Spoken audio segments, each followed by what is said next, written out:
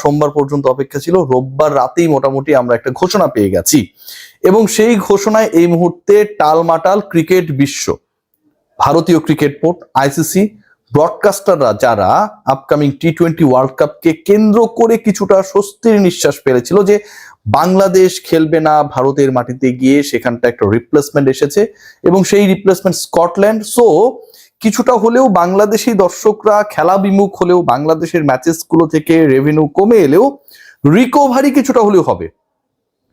কিন্তু যেই রিকভারি কোনোভাবেই হবে না, কোনো দলকে দিয়েই হবে না, কোনো যুক্তি তর্ক বিনিয়োগে, এটা আসলে ব্রডকাস্টারদের ক্ষতি, আইসিসির রেপুটেশন, টিম ইন্ডিয়ার, মানে থাকে না যে যদি ওই ভারত পাকিস্তানের যুদ্ধ না থাকতো তাহলে হচ্ছে বলিউডের মুভি হইতো না, এরকম একটা আলোচনা রয়েছে।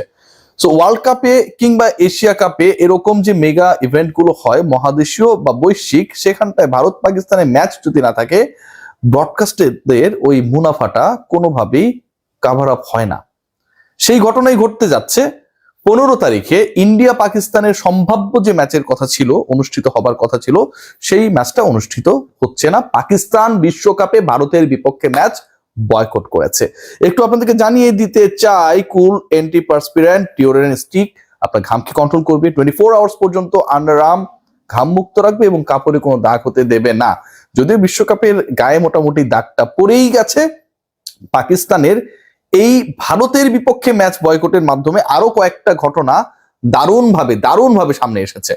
প্রথম কথা যেটা, ব্রডকাস্টারদের ক্ষতি, এই ইন্ডিয়া পাকিস্তান ম্যাচ যেভাবেই হোক অনুষ্ঠিত হতে হবে, যতবার পসিবল সেটা করাতে হবে। আইসিসির টার্গেটই থাকে, সেটা যেই ফরম্যাটেরই বৈশ্বিক ইভেন্ট হোক না কেন সেটাই। একই গ্রুপে রাখা হয়েছে দুই দলকে, তাদের গ্রুপ মেট হিসেবে যারা রয়েছে প্রত্যেকটাই চাম্পু দল, মানে কোনোভাবে ইন্ডিয়া পাকিস্তান যেন মিস না হয় to go through the next round. আবার একই সাথে এর থেকেও গুরুত্বপূর্ণ ব্যাপার যেটা, পরের রাউন্ডেও যখন খেলা হবে সেখানটাও যেহেতু তারা পরের রাউন্ডে চলেই যাবে, অবভিয়াসলি দুই দল মুখোমুখি হবে। যতবার খেলা হবে এই দুই দলের এবং ব্রডকাস্টাররা যতবার ব্রডকাস্ট করবে এই দুই দলের খেলা, তত বেশি মুনাফা, আইসিসির টেলিকাস্টিং রাইট বিক্রিতে তত বেশি ইতিবাচক সারা। সো ওই জায়গাটা একদমই আমার কাছে মনে হয় যে প্রথমবারের মতো বন্ধ হয়ে গেল। এই যে ইন্ডিয়া পাকিস্তান ম্যাচ, যেটা ভারত, যারা তাদের দেশ, তাদের স্বাধীনতা, তাদের ভূমি, এগুলো নিয়ে এত বড় বড় কথা বলে, তারা এই বিশ্বকাপের আয়োজক এবং তারা বাধ্য হয়েছে শ্রীলঙ্কার মাটিতে গিয়ে পাকিস্তানের সাথে ম্যাচটা হবে সেই রকম একটা পরিকল্পনা করতে। ওয়ার্ল্ড কাপটা হয়েছে হাইব্রিড মডেলে, কারণ পাকিস্তান ভারতে যেতে রাজি না, তারপরেও ভারত রাজি হয়েছে যে ঠিক আছে আমরা খেলবো পাকিস্তানের সাথে, সেটা আমার দেশে না হইলেও খেলবো। কেন? যেই পাকিস্তানের সাথে এত বিদ্বেষ, যেই পাকিস্তানকে তারা পছন্দ করে না, যেই পাকিস্তানের সাথে রাজনৈতিক সংকট, কূটনৈতিক সংকট, সামরিক সংকট, সেই পাকিস্তানের বিপক্ষে কিন্তু ইন্ডিয়া খেলার সময় নিজের দেশে খেলতে না পারলেও অন্য দেশে গিয়ে খেলতে রাজি। কারণ হচ্ছে ওই প্রফিট, ওই আইসিসির কন্ট্রোলটা ভারতের কাছে, বিসিসি এর কাছে। এখন ভারত শ্রীলঙ্কায় যাবে ঠিকই, বা যাওয়ার যে শিডিউলটা রয়েছে সেটা পালন করতে পারবে না ঠিকই, কিন্তু খেলাটা পাকিস্তানের বিপক্ষে আর অনুষ্ঠিত হওয়া সম্ভব না। ওয়ার্ল্ড কাপ হাইব্রিড মডেলে করার অন্যতম কারণটাই হচ্ছে যে ভারতের মাটিতে পাকিস্তান যাবে না, ভারতের বিপক্ষে ভারতের মাটিতে পাকিস্তান খেলবে না। যেই মডেলে হাইব্রিড মডেলে ওয়ার্ল্ড কাপ হচ্ছে, সেই মডেলে ইন্টারেস্টিং পার্ট যেটা, যে ভারতের মাটিতে যেই পাকিস্তান যেতে চায় না, সেই পাকিস্তান ভারতের বিপক্ষে শ্রীলঙ্কার মাটিতেও খেলবে না। ভয়াবহ না?